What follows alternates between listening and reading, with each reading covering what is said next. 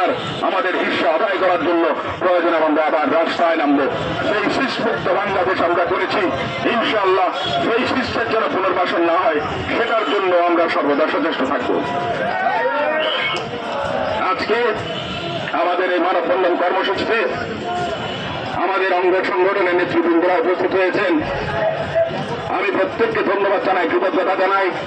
আগামীতেও ধারাবাহিক কর্মসূচি হিসেবে আগামীকালকে আমাদের হাজারীবাগে আছে সকাল 11টার সময়, আগামী পরশু দিন আছে আমাদের কলাবাগান থানায়, তার পরবর্তীতে আছে আমাদের নিউ মার্কেট থানায়। আমরা প্রত্যেকটা থানায় থানায় আমরা চাইব আমাদের অধিকার আদায়ের জন্য আপনারা আমাদের সঙ্গে থাকবেন। ইনশাআল্লাহ আমরা আমাদের দাবি আদায়ে সমর্থ হব, এই প্রত্যয় ব্যক্ত করছি। দুর্গাপুজো উপলক্ষে বাংলাদেশ জাতীয়তাবাদী দলের ভারপ্রাপ্ত চেয়ারপারসন যে বার্তা দিয়েছেন, তিনি তাদেরকে শুভেচ্ছা জানিয়েছেন।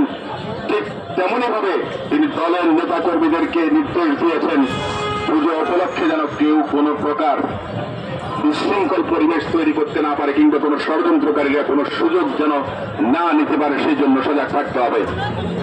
আমরা সবাই একসঙ্গে মিলে এই দেশটাকে করব, এই প্রত্যয় রেখে আমি আমার বক্তব্য শেষ করছি। খোদা হাফেজ। বাংলাদেশ জিন্দাবাদ, বাংলাদেশ জাতীয়তাবাদী দল জিন্দাবাদ, দেশনেত্রী বেগম খালেদা জিয়া দীর্ঘজীবী হন, শহীদ রাষ্ট্রপতি জিয়াউর রহমান অমর হোক, তারেক রহমান দীর্ঘজীবী হন।